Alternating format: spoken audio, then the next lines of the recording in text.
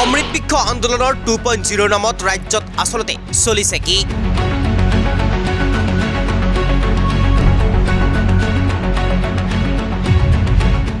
আন্দোলন নে অটপালি? মুখ্যমন্ত্ৰী হিমন্ত বিশ্ব শৰ্মাৰ কথাৰেই এতিয়া গুৰুত্ব নাই খুদ বিজেপিৰ ভিতৰ চৰাত।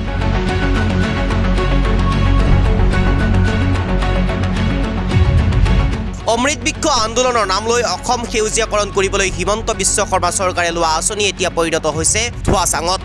এয়া হৈছে ওদালগুৰি জিলাৰ ৰৌতাৰ ইকৰবাৰীৰ ৰাজহুৱা প্ৰেক্ষাগৃহ।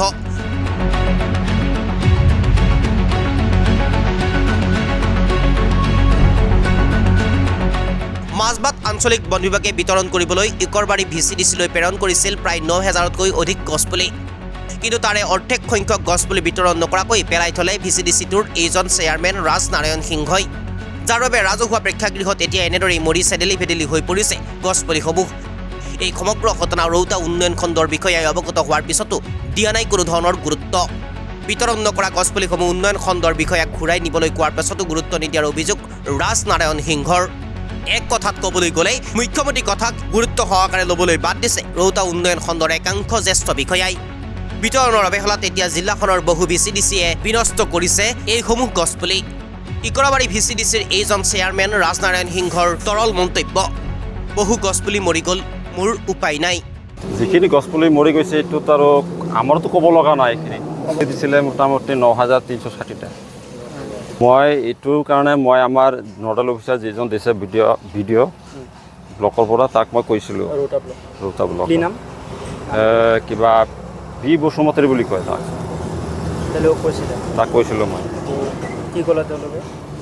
তাৰপিছত সি ক'লে এতিয়া এইখিনি কি কৰা যায়। পিছত আকৌ সি ক'লে এটা VCDCৰ পৰা মানুহ পঠালে, কয় আপুনি এটা কাম কৰিব, তাকে দি দিব পুলিখিনি। তেতিয়া সেই মানুহজন আহিল, এইখিনি গছপুলিখিনি চালে, চাইখিনি কয় এইটো আমাৰ কাম নহ'ব, যিটো গছপুলি দিছে এইখিনি আমি আৰু নলওঁ। এতিয়া প্ৰশ্ন হৈছে, অমৃত বৃক্ষ আন্দোলনৰ নামত কোটি কোটি টকা খৰচ কৰি অসম সেউজীয়া কৰিব খোজা মুখ্যমন্ত্ৰীৰ এই সপোনৰ আঁচনি ভেকুভানত পৰিণত হোৱা কথা মুখ্যমন্ত্ৰী অৱগত হয় নে নহয়? ইকৰবাৰী VCDCৰ এনে কাৰ্যৰ বিৰুদ্ধে ব্যৱস্থা ল'বলৈ সাহস হ'বনে মুখ্যমন্ত্ৰীৰ? নে বিজেপি চৰকাৰৰ চেয়াৰমেন হোৱাৰ বাবেই দুৰ্নীতি কৰিও সাৰি যাব ৰাজ নাৰায়ণ সিংহৰ দৰে এনে বহু লোক? চাওক, মানে অমৃত বৃক্ষ আন্দোলনৰ যি লক্ষ্য আৰু উদ্দেশ্য, সেই লক্ষ্য আৰু উদ্দেশ্য ভাল, কিন্তু সেই লক্ষ্য আৰু উদ্দেশ্য মানে এঠাইত থাকিল, কিন্তু সেই অমৃত বৃক্ষ আন্দোলনৰ যিটো কাৰ্যসূচীৰ আজি যি দুৰৱস্থা দেখিবলৈ পাইছোঁ, এইটো এক মানে ঘৃণনীয় আৰু ধিক্কাৰজনক এটা পৰ্যায়ত আজি আহি পাইছে।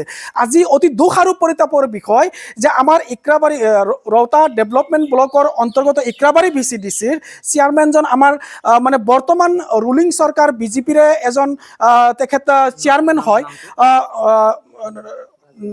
ৰাজ নাৰায়ণ সিংহ। তো তেখেতে আপোনাৰ আজি তেখেতৰ যিটো টিম আছে, VCDCৰ যিটো কমিটি আছে, আৰু এই গোটেই কমিটিটোৱে আজি সেইখিনি দায়িত্ব সুচাৰুৰূপে পালন কৰিব পৰা নাই। বৃহত্তৰ এই অঞ্চলৰ যে ইকৰাবাৰী VCDCৰ যিখিনি বৃহত্তৰ এটা অঞ্চল আছে, সেই অঞ্চলত আজি দেখিবলৈ যি অৱস্থা, গছপুলিবিলাকৰ যি অৱস্থা দুৰৱস্থা দেখিবলৈ পাইছোঁ, যে সেই গছ ৰুবলৈ যেনিবা ঠাই নাই, সেই গছ দিবলৈ যেনিবা মানুহ নাই।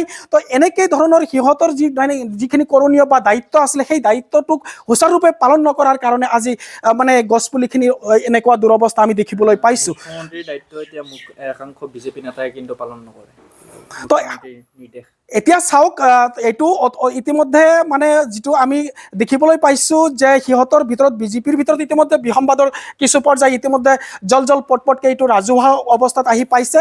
এতিয়া কথা হ'ল, আপোনাৰ বিজেপিৰ কি সিহঁতৰ যিটো নেকি মানে সাংগঠনিকভাৱে সিহঁতৰ যিটো নেকি মানে বিসম্বাদ বা মতানৈক্য বা সিহঁতৰ মিলাপ্ৰীতি আছে না আছে, সেইটো বিষয়ত আমি ক'বলৈ নাযাওঁ।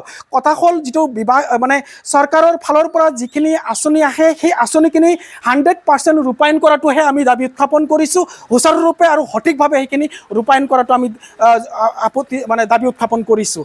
আদাৰৱাইজ আপোনাৰ এই যিটো নেকি পৰ্যায়লৈ গৈ আছে, ইয়াৰ ফল কিন্তু চৰকাৰে ভুগিবৰ কাৰণে বাধ্য হ'ব।